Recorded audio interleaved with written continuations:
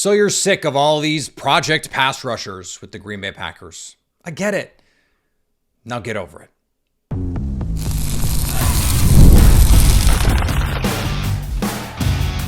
You are Locked On Packers, your daily Green Bay Packers podcast. Part of the Locked On Podcast Network, your team every day. You are Locked On Packers, part of the Locked On Podcast Network, your team every day. I'm Peter Bukowski, and I cover the Packers for The Leap, a newsletter I would love for you to subscribe to. Follow me on Twitter, Peter_Bukowski. Follow the podcast on Twitter, Locked On Packers. Like us on Facebook. Subscribe to the podcast, iTunes, Spotify, Google Podcasts, wherever you find podcasts, you will find Locked On Packers, the #1 Packers podcast on the internet, and the show for fans who know what happened. They want to know why and how. Thanks to everyone who makes Locked On Packers their first listen every day. We hope you like starting your day with us as much as we like starting our day with you. As we head toward draft season, and we have to figure out where the Packers are going to address some of these issues that they have, some of the roster deficiencies, we have to talk about the important ones: the pass rush, the cornerback situation, the receiver situation, the offensive line situation. Those are varying degrees of question marks that are going to have to be answered here. But I want to start with pass rushers, because something that I get all the time from people, all the time, is this: well, the Packers need to get away from all of their thresholds and their athletes, and they need to just get good football players. And look, I agree. It would be better for the team if they got more players who are good at football. This is not sparkling analysis. Draft the good players. I mean, I was having a conversation with Wendell Fajeda of A to Z Sports, our pal, the other day, and he was trying to, talk about Howie Roseman versus Brian Gutekunst, and I'm like, the process isn't that different. One guy just picked some better players over the course of a couple seasons. That is the difference, and there is some luck involved in all that. I don't want to fall down that rabbit hole. But the players who are both extremely physically gifted and extremely productive, generally speaking, those are top 5, top 10 players at pick a position. The pass rush is an easy one because you can look at pressures, you can look at sacks. We know what the advanced metrics look like. They're a little murky with pressures, and that's not a stat that is officially kept. Sacks have only been kept officially in college football going back to 2005, so we're only working with 20 years of data. But at the same time, that's probably the span of time where the game has looked like the game, even like before that, the game looked totally different in college and in the NFL. So it's a nice reference point for us. And what I think fans mean to say is, I don't care about the athleticism, just show me the production. And maybe that's oversimplifying it, but let me just go through it. In Division I history, the top 10 collegiate players in sacks. Tell me how many of these names you recognize. Jalen Ferguson, Javon Roland-Jones, Haloi Kikaha, Bruce Miller, Will Anderson Jr., okay, there's one, D'Angelo Malone, Curtis Weaver, Ali Fayyad, Philip Hunt, Ryan Kerrigan, there's another one. 2 guys you've even heard of. Now, they happen to be 2 very good players. But 2 out of 10, it's not a lot. It's not a lot. Let's do it another way. Of the top 30 players in collegiate sacks over the last 20 years, okay, going back to 2005, Will Anderson, Derek Barnett, Vic Beasley, Myles Garrett, Ryan Kerrigan, Will McDonald, Von Miller, Josh Hines-Allen, Chase Young, Von Miller. Oh, I said Von Miller. So 2, 4, 6, 9 players out of the top 30 you've even heard of. Derek Barnett, just an okay player. Vic Beasley was a high variance player, ultimately just a solid player. We don't know what Will McDonald is going to be in the NFL. He was pretty solid last year, but a rotation level player. Let's just look at some of the other guys. Will Anderson, top 3 pick. Myles Garrett, number 1 overall pick. Josh Miller, 2nd pick. Chase Young, 2nd pick. Josh Allen, top 10 pick. Vic Beasley was a top 10 pick. I don't know why Ryan Kerrigan did not go in the top 10. He produced and was a pretty freaky athlete. I'm sure if you want to, he's not like he fell forever. He was the 16th pick. So for a Packers team that is consistently picking in the 20s, hard to get those guys. Hard to get those guys. And it should be noted that the group of guys that I mentioned who are really good are also really athletic. They would have been, had you just taken away the production, the kind of players that the Packers would have drafted because they were athletic marvels. I asked someone with access to the information, whose name I will protect for reasons. I wanted to know players who were big enough for the Packers, because they don't like to take small players. So 260 pounds, who broad jumped over 10 feet and had a 3-cone below 7 seconds. Those are generally the benchmarks that if you're hitting those benchmarks, you're a really, really good player. Now, there's 37 of them since 2000. So we're, in that same range of guys in terms of the number. Remember I did the 30 best. I'm not going to read all 37 names. Let me just give you a smattering of the names. Trayvon Walker, Jadeveon Clowney, Mario Williams, Chris Long, Joey Bosa, JJ Watt, Rashawn Gary, Marcus Davenport, Ryan Kerrigan, Chandler Jones, Montez Sweat, Jason Babin, Nick Perry, Matthias Kiwanuka, Preston Smith. So we've named 3 Packers. Justin Houston, Trey Hendrickson, Jared Allen. 3 Packers out of 37 players.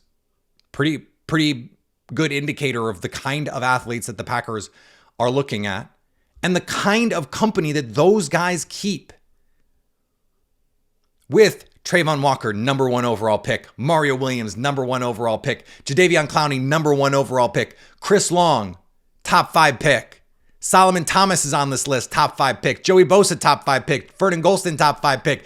JJ, it goes on and on. The reason the NFL prioritizes athleticism with pass rushers is because it is a better indicator than collegiate production, because what you're doing is you're scouting the traits. How often, this is why I love the work that Brandon Thorne does at Trench Warfare. He's trying to chart quality sacks, unique sacks, the going up against the other best players, who's getting those sacks. Sometimes sacks can be a little fluky. You might have a Kyler Fackrell season. Or you might have years where you have a bunch of pressures and only get 6-8 sacks. It's been kind of the Rashawn Gary MO. But that doesn't mean it's not impactful. And I know that there is also a group of fans who go, I don't care about pressures, they need sacks. Well, that's production. They are valuable. Every single quarterback to have ever played football in the history of ever is meaningfully and materially worse under pressure. It is a good play for the defense for you to get pressure on an opposing quarterback. That doesn't mean the outcome is going to be good for your team, but it is a good thing to happen on defense. Kind of like in basketball, you contest a shot, it's better than not contesting a shot.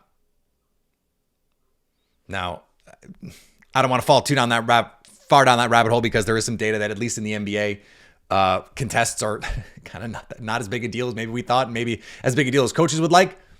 But it is there. That correlation is there in quarterback pressures. Every quarterback ever, even the best ones, are worse under pressure than in a clean pocket. All of them. The Doesn't mean you can't still make a play. Now, a sack is better than a pressure. But if you get 80 pressures in a season, even in a good year, that's 10 to 15 sacks. While affecting the quarterback 80 times is better than if you do it 40 times and get more sacks, or 50 times and get more sacks. It just is.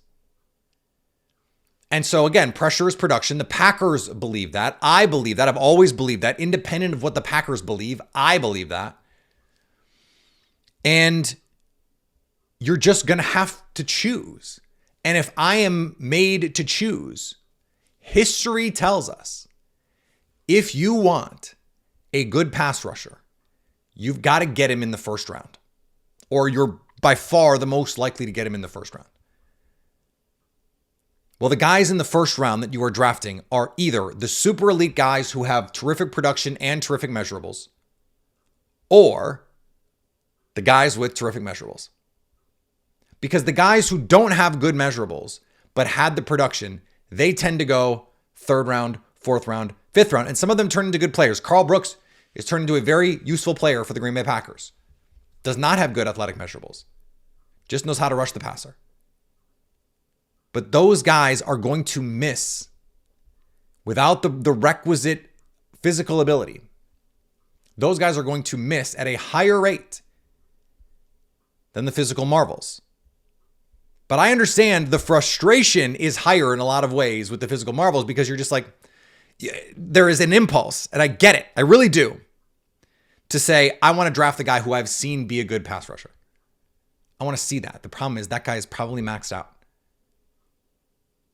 And when he gets to the NFL, he's not going to be athletic enough to do it. There are exceptions to this rule, of course. But in the first round, what you want to do, and I'll read right from the standard NFL key here. A first round grade is a talented prospect with above average physical and positional traits in almost all areas. He's a likely rookie starter with the expectation of becoming a good NFL starter who ranks in the top 10 at his position. You have to have the upside to be a very good player, to be a first round talent. And the reality is a lot of these collegiate players who get a lot of sacks, usually they're power pass rushers. And in the NFL, it's just not going to translate because you're just not big enough. You're just not strong enough. You need to have the traits that could allow you to be elite. How many elite pass rushers in today's NFL lack elite traits, physical traits? It is a very small number. It is a very small percentage. It's why I can't believe Aiden Hutchinson didn't go number 1 overall, because he had the traits too and the production. The Jaguars overthought the hell out of that, and now it's the Packers' problem. Now, in this particular draft, how does this draft class and the shape of it inform what makes the most sense for the Packers in terms of trying to attack their biggest need positions, particularly pass rusher corner? We're going to talk about that next on Locked On Packers. When the game tips off, the NBA action is just getting started, and there's no better place to get in on it than FanDuel, America's #1 sportsbook. With FanDuel, you can bet throughout the game, live bet. So even if you miss the opening tip or want to bet on a fourth quarter comeback, you can stay in the action. And if you're looking for a bigger payout, you can combine your live bets into a same game parlay. I love the live betting feature because you're never out of it. Even if, you pick the wrong side on a winner and that becomes obvious, there's always picks you can make in real time. Make money on that, make money on that. You never miss your chance. Or you forget to place your bet before a game. You can still make money on that game in real time. I did it in the Super Bowl, in fact. Right now, new FanDuel customers can get $150 in bonus bets if your first $5 bet wins. Just visit FanDuel.com to join today. That's FanDuel.com for your shot at $150 in bonus bets. Make every moment more with FanDuel, the official sports betting partner of the NBA. So I haven't finished my draft prep by any means, but I started with the corners because that's who I wanted to see first. Part of that is because I think there are opportunities for Green Bay to make a big move with the pass rusher this offseason. That really doesn't exist at corner. Like if they sign a Paulson Adebo, for example, I don't know how much that really moves the needle for the Packers. DJ Reed, I think that's an improvement, but I don't know how, like Khalil Mack moves the freaking needle. Myles Garrett, which I don't think is going to happen. I don't think he's going to get traded, moves the needle. Max Crosby, who Keisean Nixon was openly campaigning for on Twitter, and we're going to talk about that. That moves the needle. There are opportunities on the open market to address the pass rush. When I look at this cornerback group in the draft, it's deep. There's a lot of players that I like but don't love. The problem is draft history, and for those of you that are new around here, I'm big on playing the odds. I want to know where, historically speaking, I can be most confident in my evaluations. Because if I'm a GM, I can't be too confident in what I believe. It's important to me to know what the consensus believes. It's important to me to know what draft history says. If I really like some linebackers in this class, maybe I should wait on them because history says I'm probably wrong. GMs generally don't think that way, but I would if I were a GM because that's what the data says. It's what history says. It's why in some ways I think Howie Roseman can act outside of the norm because he's not a scout by trade. He doesn't believe I just know better than everybody else. I'm a better scout than everybody else. The hubris, the ego that it takes to get to that position. Hubris may be overstating it, but the ego that it takes to believe you are right, just to be decisive enough. It's not even, the ego part is not even a diss in this case. You have to be that decisive. You have to have that conviction of confidence. Pass rusher corner, you want one of those guys. It's got to be in the first round. It's got to be in the first round. And the problem for the Packers is the cornerback situation is just, it's not what I would call great. There are a couple guys I like. Like three. And after that, I'm looking at day two. I think they're day two guys. And you have to remember, the Packers have their thresholds with corners too. They haven't taken a corner that weighs less than 190 pounds, a true corner, because Demarius Randall played safety. They moved him to corner. He was supposed to be a nickel safety hybrid. They've drafted low-key some like smaller safeties, like Darnell Savage was sub 190. Demarius Randall was 189. But denser, on the denser side, he was 5'11". But since Terrell Buckley in 1992, that was the last time they used a premium pick on a corner that was sub 190. Jair Alexander was 5'10 and change, 5'10, I think in 7/10, but he was 196. Casey Hayward was 5'11, but he's 192. Otherwise, you're talking about Pat Lee, who's like 200 pounds, 6 feet. Quentin Rollins, who's 6 feet, almost 200 pounds. Like, they like big corners. This is not a class full of them. There's some tall corners, like Siobhan Revel Jr. from East Carolina, who I was just watching yesterday. Yeah, he's 6'1". He's like 185 pounds. That's just too small, especially at 6'1". He kind of reminds me of Kevin King. So how does that inform the way that you want to draft? Well, to me, that would say I want to leave day one with a corner.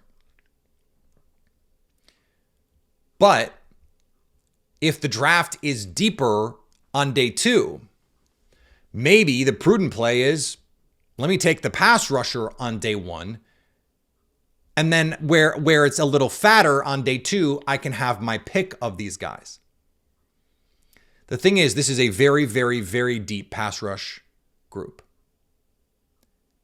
Not a lot of the super elite guys at the top. It's going to be a lot of projection, a lot of projects. But one of the reasons why I did the A block the way that I did is because I wanted to start with that. Understand, you're probably going to get a project with a pass rusher. But there are some guys with ridiculous physical tools in this class. Interior pass rushers, defensive tackles, and edge rushers. And by the way, I went back and watched Lucas Van Ness, and in the second half in particular, there was real progress there, especially as a run defender. Some of the stack and shed stuff that he was doing. He's still playing a little hesitant, like he's thinking too much out there. He's just really got to go and let it loose, let it fly. I think there is something there, but we'll see. So does that allow you to say if it's a deep defensive line and pass rush group, does that allow you to say, I'll just wait? And then you can focus on the corners. Maybe you move up to get a corner. Remember the Packers, they traded back in 2018 to get that additional future first round pick and then traded back up for Jair Alexander. Would they consider something like that in this draft if they fall in love with someone like Will Johnson from Michigan, who I just think is awesome, but is coming off an injury? And this is a really deep defensive front group. Everyone just watched the same Super Bowl you did, and they saw what the Eagles did. I think there's going to be a huge premium on offensive and defensive line. This is a very deep offensive line class as well, a very good offensive and defensive line class. Does that push the corners down a little bit? It's not a very good receiver class, though. Could the Packers then zag? No, they're not. They're not gonna. But it'd be interesting, right, if they did that.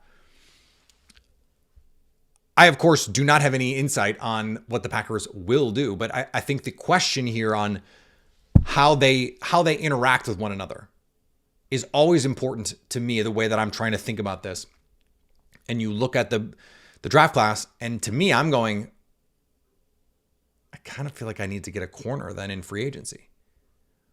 Or I need to make a trade for a corner. I got to figure something out because I'm going into this draft where I don't really love a lot of these guys. A lot of these guys don't fit what I want in a corner. I'm speaking as Brian Gutekunst here. But I want to make an upgrade there. So is just getting a Paulson Adebo, I continue to believe that that's the one that makes the most sense to me.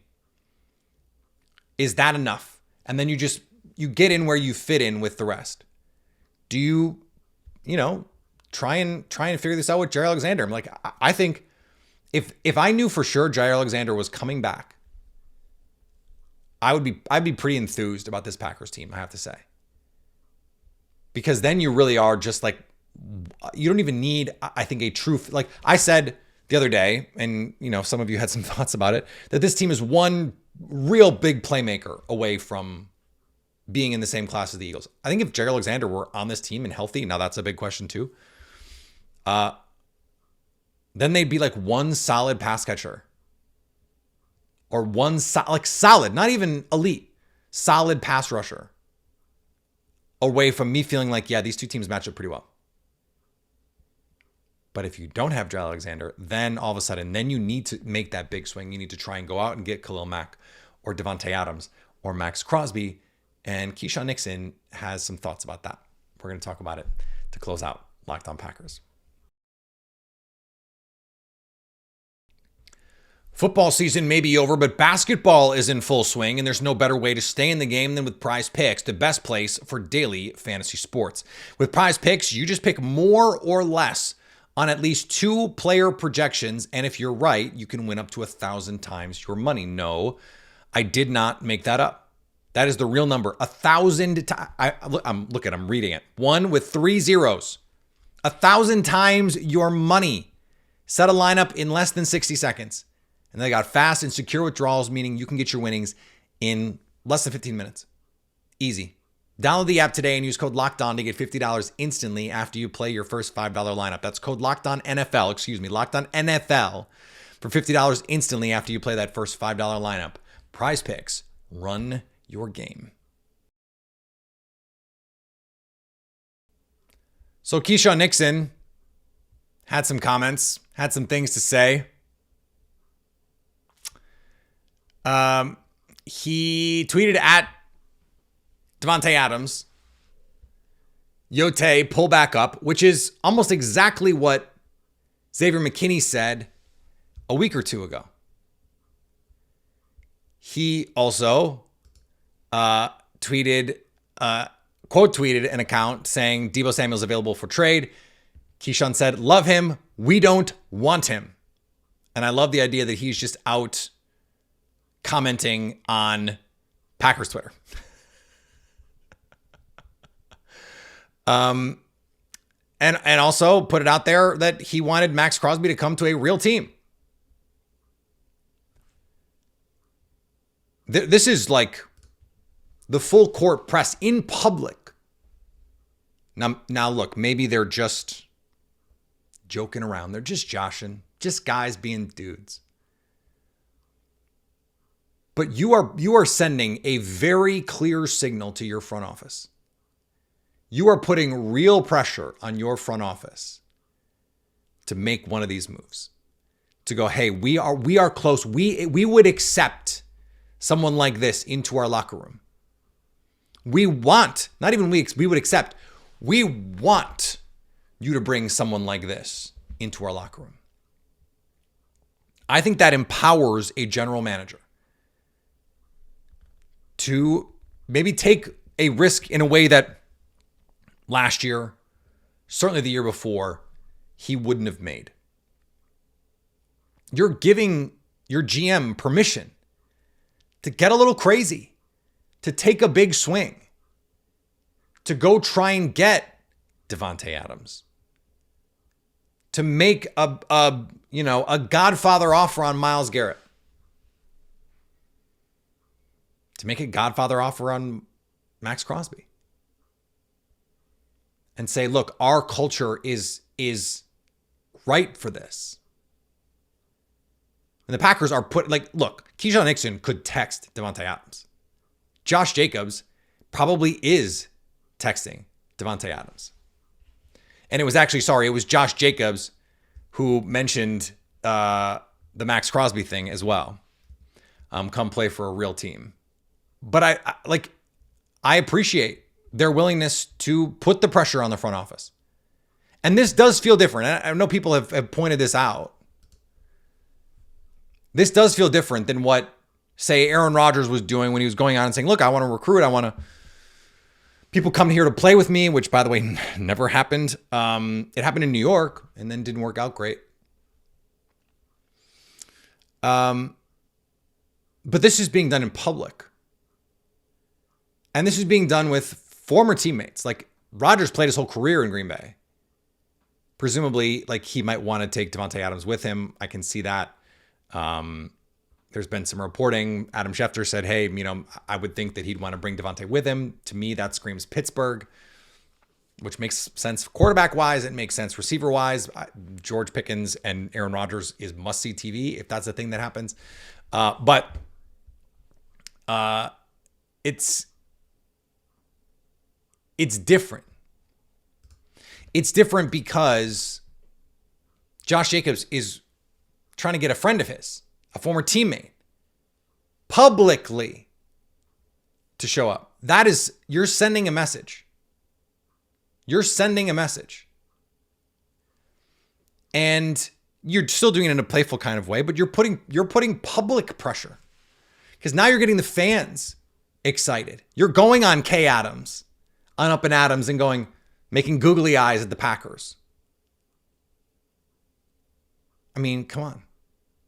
Come on. It is, I wouldn't say I almost said it's stealth. It's not really stealth. It's more just, it's a modern approach to it. And ultimately, maybe it's nothing. Maybe the Packers do nothing. Maybe there's nothing to be done. The Raiders are holding firm. We don't want to trade Max Crosby.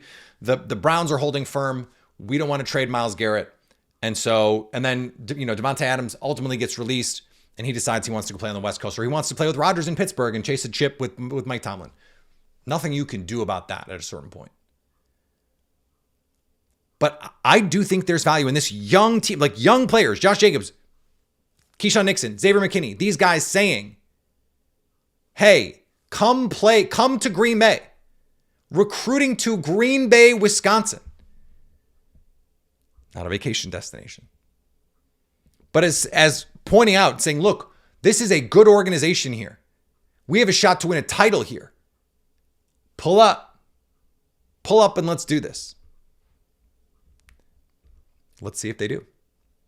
All right, back tomorrow with more Locked On Packers. We'll run our Jordan Love little tidbit that we grabbed while we were in New Orleans for Radio Row. And we're a couple weeks from the combine. I'll be in Indianapolis for a couple days down there, Monday to I don't know exactly what days. I'll be down there. It's all a blur right now, but we will be there. We will be there. Follow me on all the social medias, Peter_Bukowski. Follow the podcast wherever you find podcasts. Also on all the social medias as well. Over on our YouTube page, go subscribe. Watch us over there so you can stay Locked On Packers.